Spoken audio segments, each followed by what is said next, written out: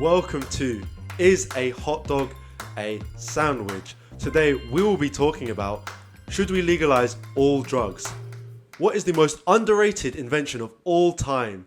And which one person would you choose to control your life for 1 year? Jed, how are you doing today? When I tell you, I'm feeling fantastic. Now, a little bit of a peel behind the curtain, people. We've already recorded a podcast today, which you'll hear some point in the future. But we had some technical difficulties. We had some audio issues.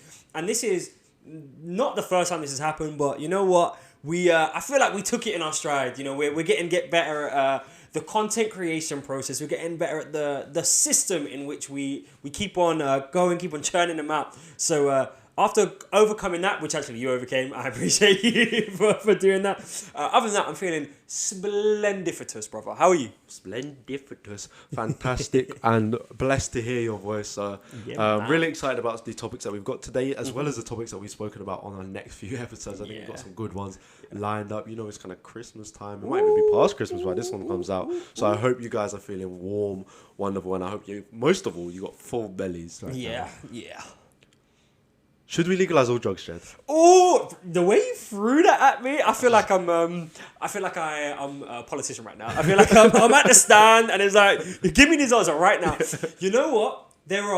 We could get into the conversation about facts, figures, stats, case studies where like places have legalized everything. Case studies where they've banned everything. Like, for example, the prohibition in America where they banned alcohol. It just meant alcohol became easier to... the people worked around it and made alcohol easier to obtain. Yeah. And also more dangerous potentially that way because... less regulated. Yeah, exactly, right? So I think those conversations are all well and dandy to be had, and we will probably get into the minutiae of them as this conversation goes on.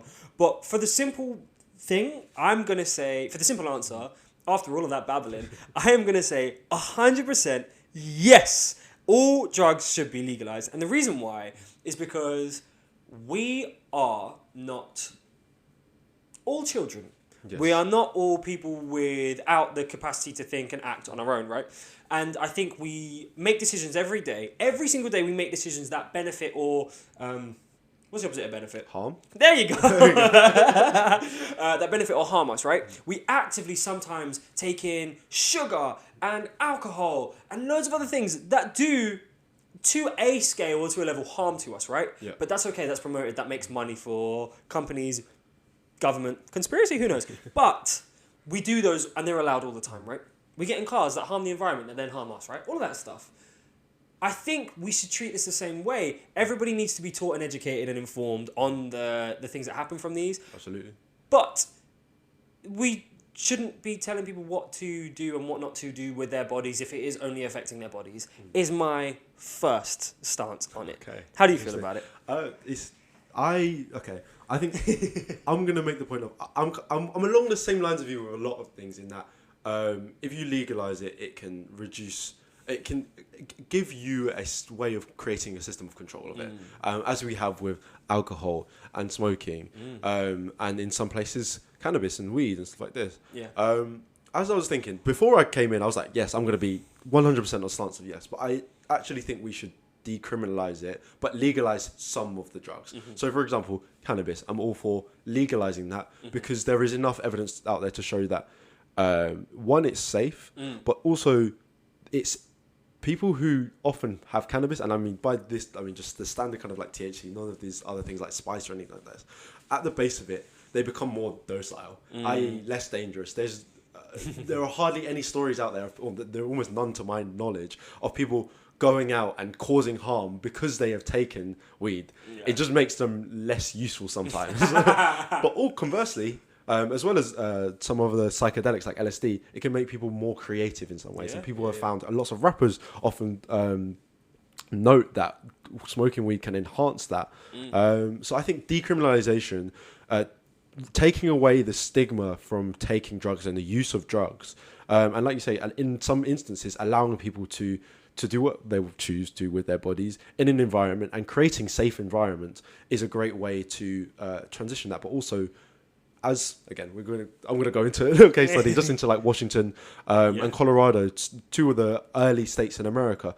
You can tax it which means you can use it to fund stuff like rehabilitation centres, to fund stuff like education in schools. You can use it to for good, for the better, and so much better than what is being done right now. Yeah, I 100% back that, but I'm now going to take your point and make it really silly. Let's take it even further, right? I've heard many stories many times where people are like, oh, we should just let everybody, all of the sports and athletes, we should let them take steroids and like perform at the highest capabilities and see what like a sports competition with steroids is. Let's see, yeah, right? Let's see a sports competition, some form of athletic trial where they are all on the strongest hallucinogens alive. Let's see what a 100-meter sprint looks like when every competitor is tripping out of their minds. I really want to see how somebody's going to get from the first meter to the 100th meter when they're seeing big snakes in the sky and their face turns blue and all of that, right? I want to see that. That seems like a more entertaining version of the 100-meter sprint. I'm going to say, good luck getting them to line up. You're going to have to put them in boxes like they do with horse racing. Yeah. And plenty of people are going to be running over there. That's more than just legalizing it. That is competition and gamifying that whole thing, right? Let's turn this into a business. We can take this so much further. The dispensaries in places like Portland, state of Washington, Colorado, they're not going far enough. We need to turn this into a game. We need to turn this into something that people can have fun with, right? Let's turn it into a joke of a thing as opposed to the very dark and serious thing that it currently is under its criminal views. Yeah, I really like that there are a number of shows that you'd look at and you go, oh, what would happen if they were on drugs? Yeah. Imagine Countdown, or imagine a show where you have these really intellectual people and then you get them on some form of stimulant where they're speaking at 500 miles an hour and it's just a stream of consciousness. You've got the highest thinker. Imagine Brian Cox presenting on the universe at 200 miles an hour at the speed of light. Yeah, I'm here for it. You know what? Brian Cox and Neil deGrasse Tyson in a room together on some form of something. I think that conversation and talking about something that already is quite trippy. Yeah. Understanding space and how it works already feels like you're going through something, right? Already feels like you've taken something. So that with then scientists presenting it who are also tripping. Yeah, we've not even scratched the surface of what we can do once we decriminalize these drugs. I'm telling you, it's the answer. Yeah, I like that. So. Overall, we're leaning towards let's legalize it. Obviously, there should still be some rules in place to structure it. 100%. Kids probably shouldn't be taking it. No. But also, it could give a new frame. I'm going to finish this final point. Could give a new frame to pharmaceuticals. They look at MDMA, LSD, ketamine, all of these drugs that are highly stigmatized, and in parts for good reason. By looking at these as ways to help people, and let's continue that push. The more we can do to help our society, I'm always here for. Yeah, I think, and can I just, I know you succinctly rounded that up, but information is the answer, education is the answer. Yeah. The more we know, the better we do. And yeah, I'm just piggybacking off what you said. Okay, next up. The most underrated invention of all time. Okay. Would you like to go first? Yeah, I would. Okay. I've got a little bit of prep here. So, I was doing some research because you threw this question at me and I was like, look, let me have a look. What do people genuinely think? Because you hear the thing, the best thing since sliced bread. Like that's always thrown about, and I'm like, it's got to be have you ever had unsliced bread? Unsliced bread is darn good as well. Have we shut down the possibilities of bread because we're slicing it? So I'm going to take you through a list here provided by eHistory, the Ohio State University's eHistory list. I'm not outing you Ohio State. This is their top 10 inventions of the last 1,000 years. Wow. And then I want to present mine. Okay. So, at number 10, anesthesia. Yeah. That's a good shout, right? Great, yeah. That's certainly amazing. Yeah, I have benefited. My knee was wide open and I didn't know. Yeah, I couldn't imagine living in a world without anesthesia. Yeah. I've seen movies where doctors operate on themselves. What? Don't take me there. Thank you. I don't want to see that. The gas-powered tractor, which helped start the agricultural mechanization. I'm guessing that's American gas, like a petrol-powered tractor. Yeah. That's what it sounded like. I think cool, good shout, whatever. Kind of boring. It's probably amazing for agriculture worldwide. Yeah, but it's not exciting. Yeah, do they not know we're making a podcast about this list? What are they doing? Do better, Ohio State. I know you're very good American football team, but sort it out. Number 8, airplanes. Yeah, I back that. I put airplanes up in the top 10. I can't shout at it. I don't know if I would say they're underrated. They're great inventions, but they're kind of just they're cool. Yeah, they're cool, right? Number 7, computers. Again. Yeah. I'm not surprised by anything on this list right now, you know? No. These are good. These are great inventions. They're qualified for the list, but none of... They don't fit with what we're going for, right? Yeah. Number 6, vaccinations. Cool. We're not even going to say anything else in case... Say underappreciated. That's what I'm going to say. Yeah, for real. Number 5, radio and television. Cool. Fantastic ways of sharing culture and media. Number 4, the telephone. Yep. Did great ways of adding communication. Yeah. Now, and make for great scenes in rom-coms with the people twirling the thing. Yes. We wouldn't have that with telephones. yeah, we don't have that anymore. Yeah. I blame Steve Jobs. Not here to defend himself. Number three, automobiles. Yeah, cars do a job. Number 2, the electric light. Yep. And number 1, the printing press. And to be fair, printing press is kind of done now because computers and phones have replaced them. How luxurious is the world that we live in that we can be Yeah. like, oh yeah, these are so cool, fantastic, amazing. Yeah. I like all of those, right? But I'm take it way back to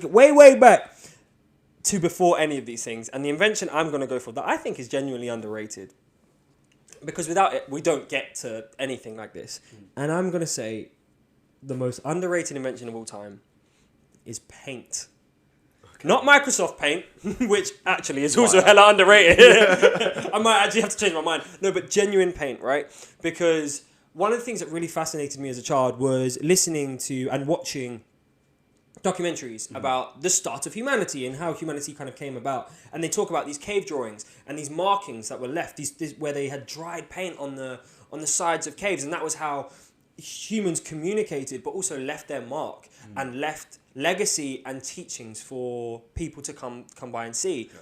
And without that initial form of sharing information, we don't have more forms of sharing information or written forms of sharing information, right? So number 1 on that list was printed press, yes. Right? The sharing of information. This is kind of like... This is the pre-printed press. Yeah, this is... That might be the chicken, but this is the egg, right? It came so much before. And imagine that being the first thing that you kind of saw when you went into a cave or saw a wall and you saw these markings, and that would teach you about people who potentially were just one generation above you, one generation older than you, or maybe who were only there a year before you, and you've come by and you've seen this, and it's a form of it's a long form of communication, right? That's a form of communication that was destined to last. It was made to last, as opposed to right now we have communication that, we have Snapchat, messages delete in 24 hours and stuff like that. So I really like it because for me it is the origin point of communication, but it's also the origin point of physical art, which is a topic we've spoken about before. And with it birthed information sharing and culture. Yeah, so, absolutely. Yeah, paint for me. And Microsoft Paint in a very close too, because I used to do hella drawing of cartoons when I was a kid. I'll also add that paint is great for protecting things. Yeah. Paint covers all cars, all planes, and a lot of buildings because of the qualities that it brings and the things that you can add to paint to give it these various qualities and colours. And without paint and with colour as a whole, but there is a lesser richness to life. Yeah. And my nails are painted and it makes me look fabulous. Absolutely. I'm happy to finish on that. So my invention is a lot. I've got 2. Ooh. And they're a lot. I'd say silly relative to paint. Paint is very important. But, okay. Let's say that you want to move. Okay. From where you are right now, to, let's just say America. Let's say you're moving to New York. Hey, America. And I'm coming. You need to transport boxes of things. You need to be able to carry these things a long distance and also carry a lot of these things, carry big weight. And this invention is one of the most underappreciated. And it's bags with wheels or things with wheels. Just adding wheels to any form of luggage makes it 10 times easier to carry. You no longer need to burden 10, 20, 30 kilograms of weight, maybe even more, depending on what you're lifting. You can just roll it along the ground. Yeah. And we don't appreciate that enough. Bro, you're so right. The second you said it, I was like, yeah, you're 100% right. I can't think of a single thing in the world, currently, that that wouldn't be benefited by adding wheels to it. Yeah. My next one. It was going to be buttons. Okay. But then I also realised I don't use buttons that much anymore. When I used to go to work, I used to button up my shirt, button up my suit. It's a credible way of holding things together. Yeah. But there's an even better way of holding things together that probably almost everyone is either wearing on their person right now, or if they go out the door, just as you signalled, it's a zip. Yeah. Almost all zips are tagged with YKK because there's one singular company that are responsible for producing zips around the world. Who allowed that monopoly to happen? Don't get me wrong, I'm happy they exist and they're doing their job, but I swear, if that company decides, you know what, we're not doing this anymore. We're not doing zips. What are we doing? What are we doing from now on? I guess we're zipping them up. Right, yeah, exactly. What if they decide to like troll everyone and just change the way zips work one day? And everyone for like a couple of weeks is like, I don't know. Imagine zips are upside down. Oh, I'm having a panic attack just thinking about it. We need zips. They are so underrated, man. I've got them on my pockets. Right. Zips are a great way from sealing things from the rest of the world. Yeah. And transporting things and feeling comfortable. I know if I ever go on a jog, I want zipped up pockets. Oh, yeah. Because I don't want my phone to fall out, my keys to fall out. Yeah. If I'm on public transport and I maybe in a place that I'm not familiar with and a place I'm not comfortable with, I want to make sure that everything in my pocket stays in my pocket because I shall not be going back there to get anything. No, you're right. Shout out to zips. Yeah, zips are incredible. Zips, you know what? They're the real MVP. Yeah. They are the real MVP. You know what I'd like to know? What? What are you listeners think at home? Yeah. Zips, things with wheels on it, paint. Can you guys do better? Can you think of something that's even more underrated than what we've gone for? Because I can't lie, if you can't come up with a bag with wheels on it that's been painted and has zips, then you're slacking. Yeah. And don't say sliced bread. No, yeah, don't. Yeah, because you know that freshly made bread that's really warm and you get to like sourdough breads, white tiger. Bro, endless. Having it sliced ruins the experience of peeling it open. And I also feel like it starts to dry up Yeah. as well. Oh, yeah, 100%. You don't get that same freshness quality. Yeah. I do like sliced bread for toasting. Yeah. Like, I like it for toasting. But other than that, it doesn't blow me away. Like, zips blow me away. Yeah. If there was a quick slicer, like a 1 second slicer, then sliced bread would no longer exist, I think, in my house. Yeah. Yeah. One person just in control of your entire life. So I think that it's a tricky one because I like to be in such control of my life. I like to plan everything. You really do. And to hand this over to someone else, someone that potentially I've never met before, how do I build that trust? Or do I just give it away? Do I just wake up one day and go, you know what, you're in charge. I'm just going to do everything you say. So one person to control your life. What's that Lord of the Rings saying? One ring to rule them all. One person to rule them all for a whole year. One person that you're putting your life in, your career in, your hygiene in, if they are so inclined. It's a lot of trust. Yeah. And it's more trust than I think I would give it to anyone, that it's hard enough sometimes to feel in control of your own life. So to put this in someone else's hands may be more concerning. Equally, to have no responsibility for thought or process may also be very freeing. Yeah. Do you have a particular person in mind who would you would trust to control your life? So when you first posed this question to me, my immediate response was you. Like immediately, the first thought I was like, oh, it's Ethan. Because one, we've lived together for a while now. Like, you know my cadence, you know how I work. And one, you would probably help me a lot with like synthesizing that, like making that better. You know, changing certain things into other actions that would help me, right? You're very process driven. I am the opposite. So you would help that kind of structure of my life, right? But I was like, I can't. That's a cop out. That's a cheat. You're the obvious answer. That would be a cheat. So so what can I do then to spice it up a little bit? And I've gone the opposite of spice, if I'm honest. Okay, interesting. I have gone for a person who I absolutely adore. Like, since I saw this person's first videos on YouTube, I was like, I absolutely love this person. I love the way their brain works. I love the process that they go to. They remind me a lot of you. Because of how clever they are and the way that they pose and present. What do you say? You're sweetening up my pot. But I really adore the way they see the world, and that is the human being known as Tom Scott. I'm so glad that I made a list. Yeah. Because he was like first. I was like, he was my first one. Yeah. And I'm like, no, Jed might probably go for this guy. So I need to come up with some other options. Right, why Tom Scott? Tom Scott is so interesting. You can watch. So for anybody who doesn't know, Tom Scott has a YouTube channel called Tom Scott, has a website called tomscott.com, and has loads of other things. Has worked for loads of companies, made websites, all of that and above and beyond. And the videos that Tom Scott creates and presents are so interesting and so varied. Yeah. There is not a single niche that Tom Scott jumps into. There are hundreds of things that Tom Scott talks about on weekly basis. You can have a video about the only ever row in McDonald's where you can, go on a river and you can just row down the river to get into to get the McDonald's order, right? The next thing he'll do is talk about a coding error. The two sentinels or something like that. I can't remember what it was. I've got it wrong. 2 archers, something like that. Yeah. It's a coding thing which created a massive miscommunication with Uber few years ago, and it was really interesting. He will talk about speech impediments. He will talk about advertising in the UK. He will talk about the greatest intro to a TV show ever. Goes through all of these things, but not just looks at these topics, which are really interesting, looks at them in a very analytical format, tries to break it down scientifically and then present it in a way that is, 1, easy to understand, but 2, practical.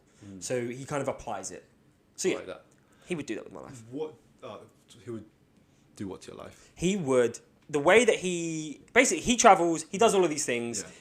I want to do those things. I want to go and understand and study those things and see the world through his eyes. So he would help. You want to have him kind of like guiding you almost on the same line, but in your own space. Yeah. So he'd look at all the things I'm interested in and be like, cool, I can now do all of the stuff that I usually do myself with the things that I like. So he would look at the things that I like American football, like comic books, like superhero movies, like sneakers, and he would give me his eye and his approach to life with those. Okay.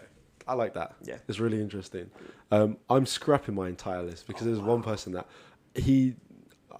I'll describe this person as quite a very free person, a very free thinker.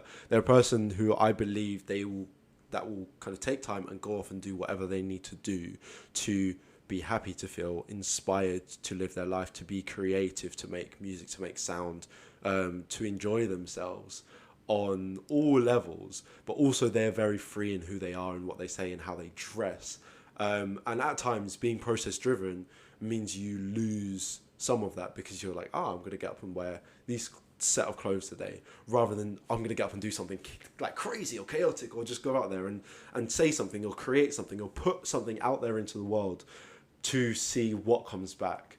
Often with overthinking, you can kind of narrow yourself too much, and I really want to force myself in the opposite direction. So I'm going to choose... Can you guess it, actually? For a second, I was thinking you were going for Tyler, the Creator. It's Tyler, the Creator. No! Yeah, exactly. That's hilarious. Really? Tyler, Creator. This is why. This is why you should be controlling my life, because you're already in my brain anyway. It sounds like you're already in my brain. It is Tyler, the Creator. Tyler is a very free person in the way that they speak, the way that he presents himself. His music is whatever he decides is his sound at that point, whatever he has fallen in love with, and the things that he has created, ranging all the way back from Goblin when he was like angsty teen, when I was also an angsty teen, all the way up to now with his Grammy winning album and sound, and beating DJ Khaled for #1 album, which again, just shout out to him. He is a person who I've continued to enjoy in terms of content, and every time I see him, he seems to be in a good mood because he created an environment. He created a festival of his favorite artists. He was like, this is all of the people I'm really enjoying. I want you to come and play this show. And he met Pharrell, his idol. He met his best friends. He had Drake perform. Yeah. He had the respect of the biggest artists in the world, some of the biggest fashion names in the world, and he does what he wants, and he continues to do that, and he continues to lead with love, which is what we do in this household. I'd love for him to wake up and decide what I'm going to have for breakfast, what I'm going to do for lunch, what I'm going to do for dinner, how I'm going to treat the next 2 months. And I'd love to really get behind the curtains, because he is very private for someone who is so well known and in the public sphere. We don't really know much about him. We don't know what his thought processes are. I've never seen him break down a track outside of one that he did with Charlie Murphy on his new album. I would also love to see a collab with Ethan Keynes and Felicia the Goat. I think you guys would have a great time. I think genuinely you and Tyler would chop it up and make a crazy track. So yeah, please let me be privy to that. I want to see that. Me and Tom Scott gonna be chilling, watching you guys perform at, what's the festival called? Golf flying festival. Yes, at the Golf Flying Festival. I'm here for it. Please. Absolutely, I'll get that cracking. So today we talked about whether we should legalize all drugs, and apparently it's been given the green light. Mm-hmm. Next up, we spoke about the most underrated inventions. Paint. Who'd have thought it? Did you? Let us know at Is a Hot Dog a Pod, both on Instagram and TikTok and Facebook. Check out our trailer. It's new, shiny and bright. And finally, we chose one person to control our life. Tom Scott, a fantastic YouTuber and one favourite of the podcast. And then Tyler the Creator, aka Felicia the Goat, for the freedom, wide-ranging exploration of the world. I hope you're having a fantastic week, fantastic day, fantastic year, fantastic month. It's nearly New Year's. Ooh. Let's party. New year, new me, baby. Any final words, Sid? I love you. Listening, watching, whatever you're doing right now, I love you. We love you. You're amazing. Bye. Bye.